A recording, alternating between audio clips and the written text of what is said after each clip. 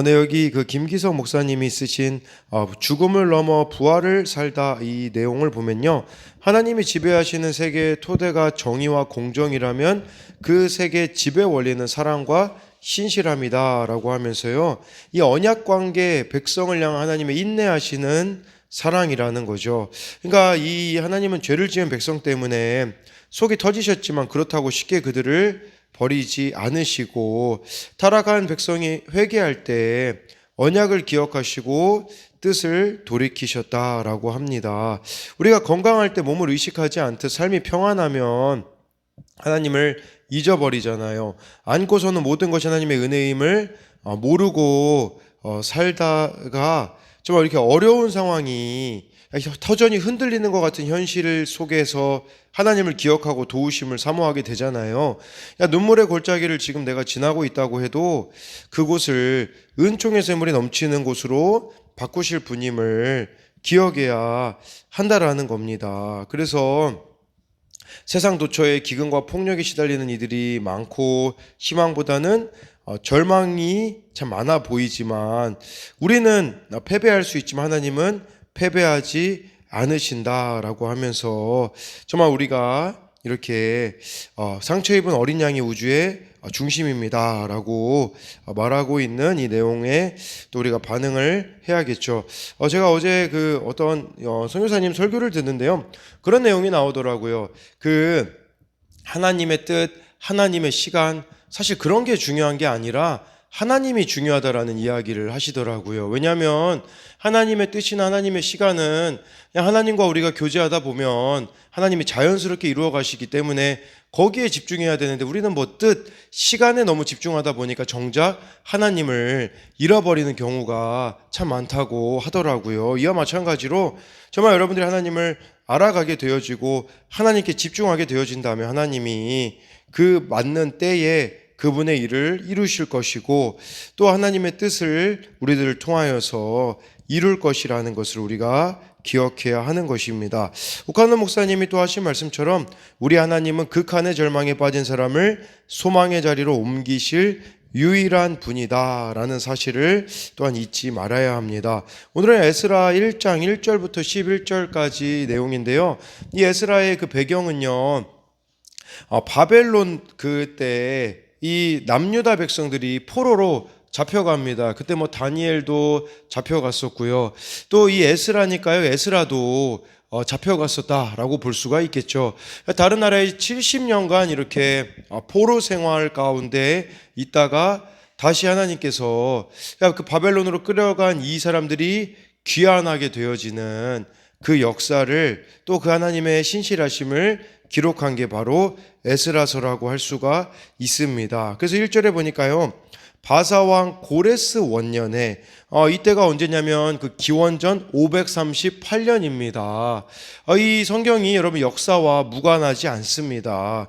이 바사왕은 바로 페르시아 왕을 말하는 거예요. 그러니까 바벨론 제국 다음에 페르시아 제국으로 역사 속에 실제로 이어졌거든요. 그 페르시아 제국이 시작될 그때에 이제 하나님의 일을 이방왕 고레스를 통해 시작하셨다라는 겁니다.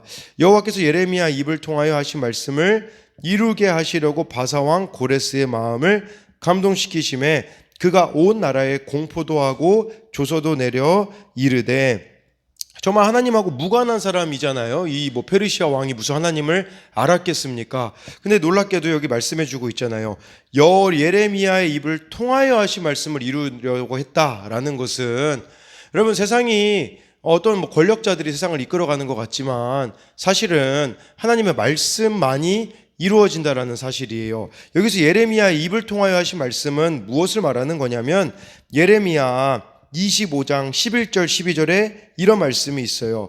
이 모든 땅이 폐허가 되어 놀랄 일이 될 것이며 이 민족들은 70년 동안 바벨론의 왕을 섬기리라. 여호와의 말씀이니라. 70년이 끝나면 내가 바벨론의 왕과 그의 나라와 갈대아인의 땅을 그 죄악으로 말미암아 벌하여 영원히 폐허가 되게 하되, 이 말씀이 이루어진 거예요. 여러분 예레미야에게 이 말씀이 선포됐을 때는 이스라엘이 지금 뭐 바벨론에게 멸망당하는 그 상황이었었거든요. 하나님 분명히 말씀하셨어요. 70년이 지나면 내가 회복시킬 거다. 이 바벨론도 멸망당할 것이고 나의 뜻이 이루어질 거다라고 하나님이 말씀하셨고 그 일이 실제가 되었다라는 거예요.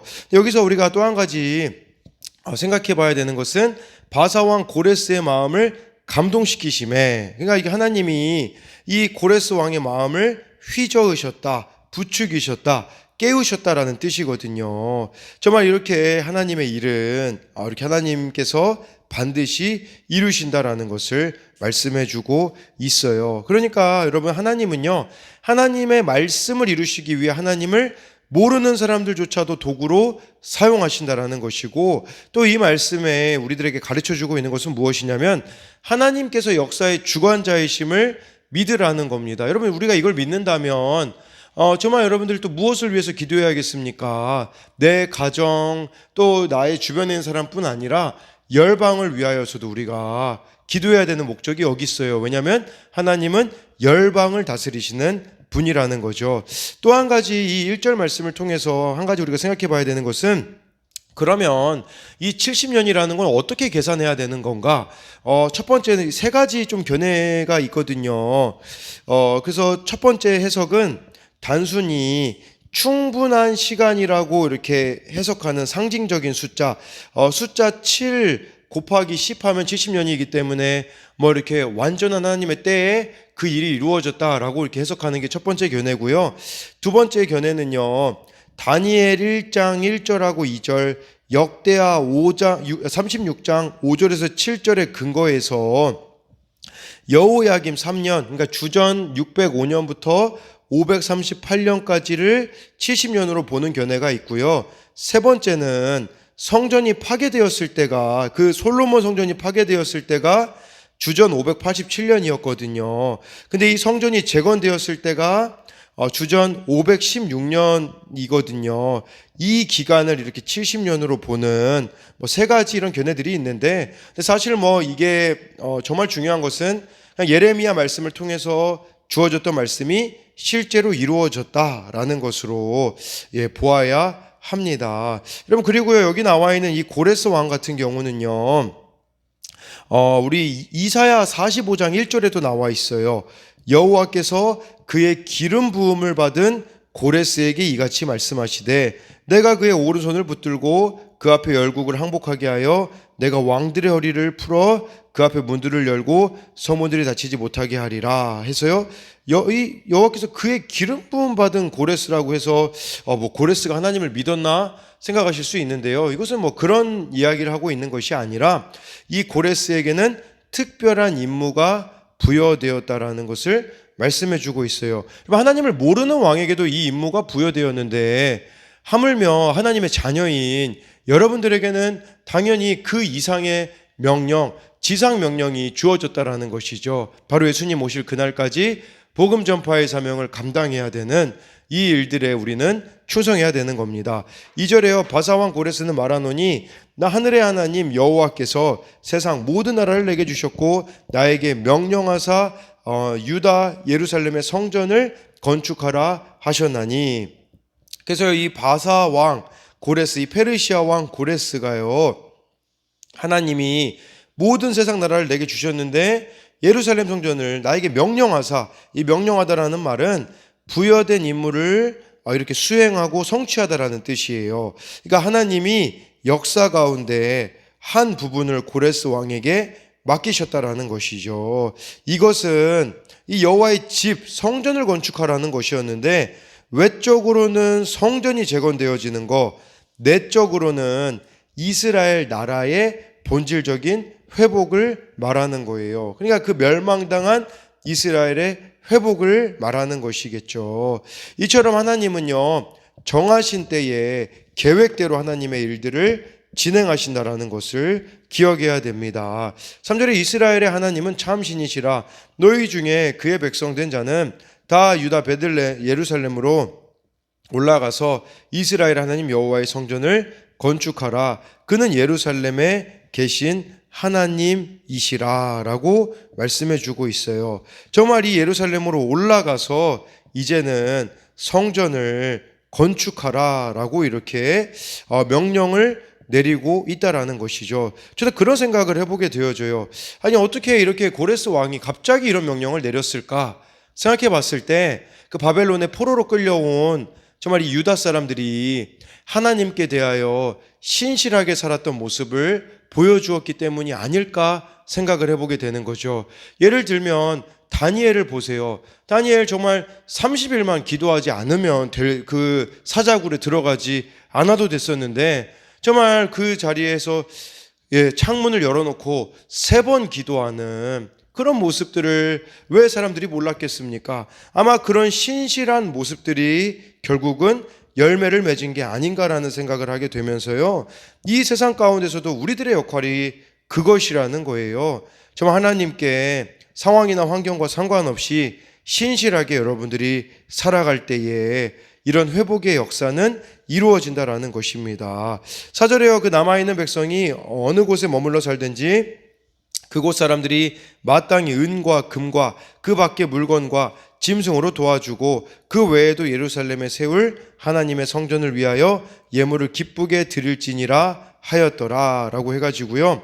정말 이 예루살렘에 하나님의 성전을 다시 짓게 해줄 텐데 거기 필요한 모든 것은 기쁨으로 이렇게 드리라고 이렇게 말했던 것이죠. 여러분 근데요 우리가 그걸 생각해 봐야 돼요.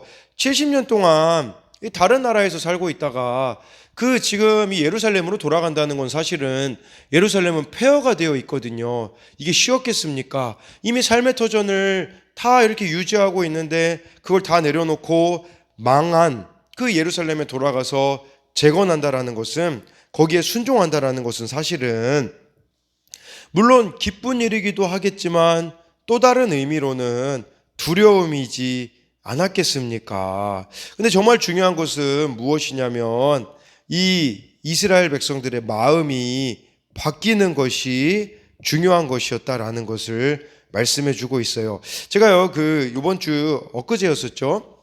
초등학교 전도를 갔는데 우리 교회에 나오던 애가 이렇게 놀이터에 있더라고요. 근데 최근에 안 나오고 있어가지고 가서 이런저런 이야기를 하는데 그 애가 그런 이야기를 해요. 교회 왜 못 오는지를 자기 입으로 물어보지도 않았는데 이야기를 하더라고요. 뭐라고 이야기했냐면 엄마가 가지 말라고 했습니다 라고 이야기를 하더라고요. 근데 사실은 엄마가 가지 말라고 한 게 아니라 본인이 마음이 없는 게 보이더라고요. 이거를 좀 기억했으면 좋겠어요. 우리가 왜 하나님의 일을 못할까요?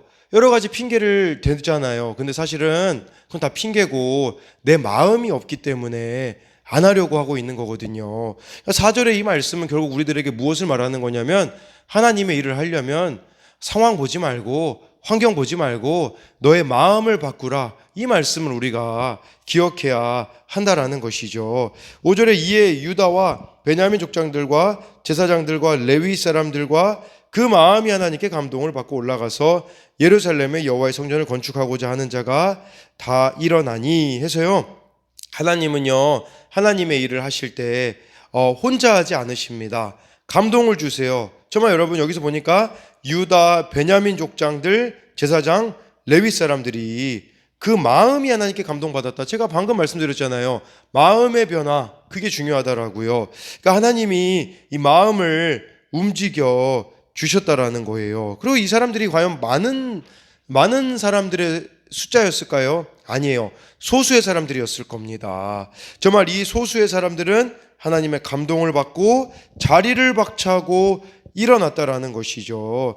여러분 하나님의 일을 할 때 우리는 많은 사람들이 함께 했으면 좋겠죠. 그러나 중요한 것은 감동받은 사람들이 순종하는 것, 소수의 사람이라고 할지라도 그 말씀에 순종하는 것이 중요하다라는 거예요. 또 한 가지 이 5절을 통해서 우리가 알 수 있는 것은 무엇이냐면 여러분 하나님에게 감동받아서 일하는 사람이 있는가 하면 그냥 의무감으로 습관적으로 이 일을 하는 사람들이 있어요. 그런 사람들은 지칠 수밖에 없는 것이죠. 그러나 하나님이 주시는 감동으로 섬기는 자들은요 더 힘이 나고 큰 기쁨을 누리게 되어진다라는 것입니다. 6절에 그 사면 사람들이 은그릇과 금과 물품들과 짐승과 보물로 돋고 그 외에도 예물을 기쁘게 드렸더라. 그래서 그 사면 사람들, 이 사람들은 누구를 말하는 것인가? 이 주변 사람들이 도왔다라고 볼 수 있거든요. 그런데 여기서 그 사람들이 금과 은그릇, 물품, 짐승, 보물로 돕고, 이 돕고라는 단어가요, 육체적, 정신적으로 강하게 하다라는 의미도 있는데, 구약 성경에서는 주로 쓰일 때 하나님 명령을 수행하는 데 필요한 내적 결심을 말해주고 있어요. 그러니까 하나님께 순종할 수 있도록 그 내면이 변화되도록 이 사람들이 도왔다라는 거죠. 그래서 예물을 기쁘게 드렸더라, 자원하였다, 헌신하였다라는 건데요. 근데 여러분, 이 그 사면 사람들은 누구를 말하는 것일까를 보면 아마 이 사람들은 고국으로 돌아가기는 포기한 아마 남유다 백성, 그러니까 지금 자신들이 머물러 있는 그 땅에 그러니까 돌아가진 않고 지금 이 바벨론 포로로 잡혀온 그곳에서 살아가려고 하고 있는 이런 이 남유다 백성일 수도 있고요.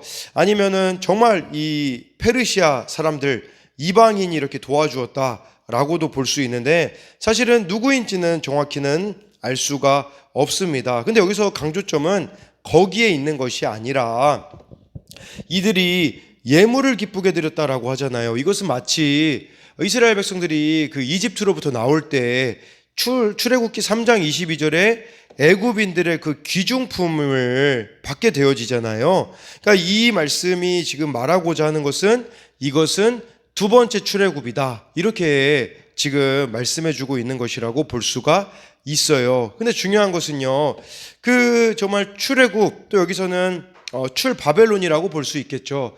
목적이 어디에 있냐라는 거예요. 목적은 예배와 예배 공동체를 세우기 위함이라는 겁니다. 이게 중요한 거예요.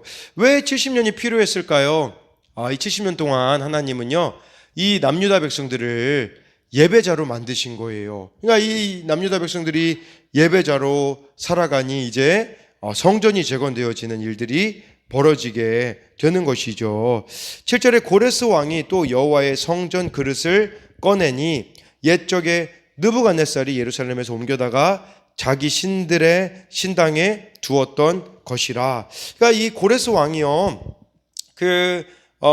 이 성전 그릇까지도 이렇게 꺼내 주어요. 이것은 언제 가지고 온 거냐면, 그 바벨론의 느부갓네살 왕이 예루살렘 성전에 있던 것을 자기들의 신당에 두었다. 이 자기들의 신당에 두었다라는 것은 바벨론 신을 섬기는 그곳에 두었으니 얼마나 이것은 수치스러운 겁니까? 왜 그러냐면요, 이게 왜 수치스럽다고 제가 말하는 거냐면요, 그 당시에 이방 신당에 이게 놓여 있다라는 것은 이스라엘 신은 패배했다라는 것을 상징적으로 보여주는 것이거든요. 네, 그런데 여러분, 고레스 왕이 이것을 다시 꺼내서 주었을 때 이 남유다 백성들에게는 큰 힘이 되었을 것이고, 이렇게 하나님이 포로로 이스라엘 백성들을 끌려가게 하신 것, 남유다 백성들을 끌려가게 하신 것은 이들을 교훈하게 하기 위함과 동시에 그걸 기억하셔야 돼요. 그러니까 이 이방 신당에 하나님의 그 성전을 섬기는 그릇들이 있다라는 것은 하나님이 사실은 수치의 자리까지 내려가셨다라는 겁니다. 그러니까 정말 이 하나님이 수치당하시는 거잖아요. 그 자리까지 나아가셔서 이스라엘 백성들을, 이 남유다 백성들을 회복하고자 원하시는 하나님의 모습이 나타나 있다라는 것과 동시에 하나님이 이루어지는데 필요한 모든 것들은 하나님이 사실은 공급하신다라는 거예요. 정말 이렇게 마음에 감동받는 자들도 생겼죠. 예물을 기쁘게 드리는 자도 생겼죠. 고레스 왕은 성전 그릇까지도 꺼내서 주었다라는 것이죠. 그러니까요, 하나님의 일은 이렇게 하나님이 반드시 이루실 것이고, 돕는 손길들도 이렇게 펼쳐주실 것이기 때문에 여러분들이 두려워할 필요가 없고요.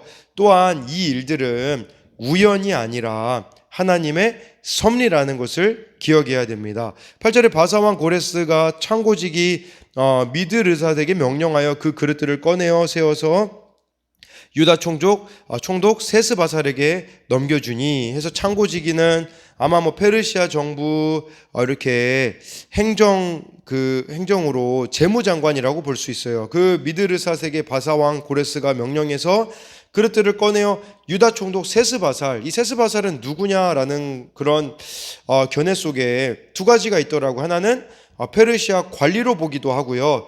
이 또 에스라 5장 16절의 근거에 유다 지도자 그 수룹바벨로 보기도 합니다. 그래서 9절에 그 수는 금접시가 30개요, 은접시가 1000개요, 칼이 29개요. 10절에 금대접이 30개요, 그보다 못한 은대접이 410개요, 그 밖에 그릇이 1000개니. 11절에 금, 은 그릇이 모두 5400개라. 사로잡힌 자를 바벨론에서 예루살렘으로 데려갈 때에 세스바살이 그 그릇들을 다 가지고 갔더라 라고 해가지고요, 11절에 이 그릇이 모두 5400개다라고 말씀해 주고 있어요. 이 그릇 5400개라고 여기서 말씀해 주고 있는 이유는 뭐냐면 예전에 그 솔로몬 성전에 이제 그것이 연속되어진다라는 거예요. 이제 이들이 다시 예루살렘으로 돌아가서 세우는 그 성전은 두 번째 성전으로 수룹바벨 성전이라고 불리거든요. 그래서 이 수룹바벨 성전이라고 불리는 이것이 그 솔로몬 성전을 계승했다라는 것을 보여주고 있는 것이고요.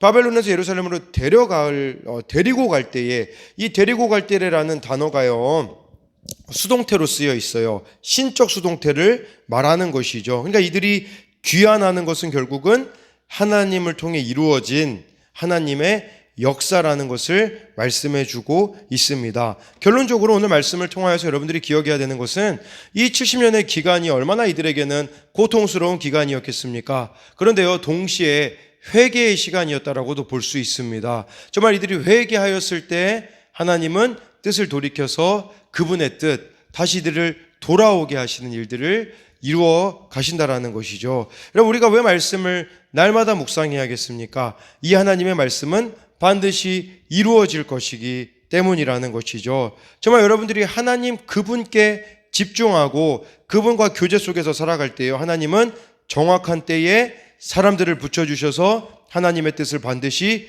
이루신다라는 겁니다. 여러분, 그렇기 때문에 정말 오늘도 하나님과의 그 관계 속에 집중하시고, 오늘 여러분들의 삶 가운데 우연처럼 펼쳐지는, 그건 우연이 아니라 하나님의 섭리가 여러분들 가운데 이루어지시기를 소망합니다.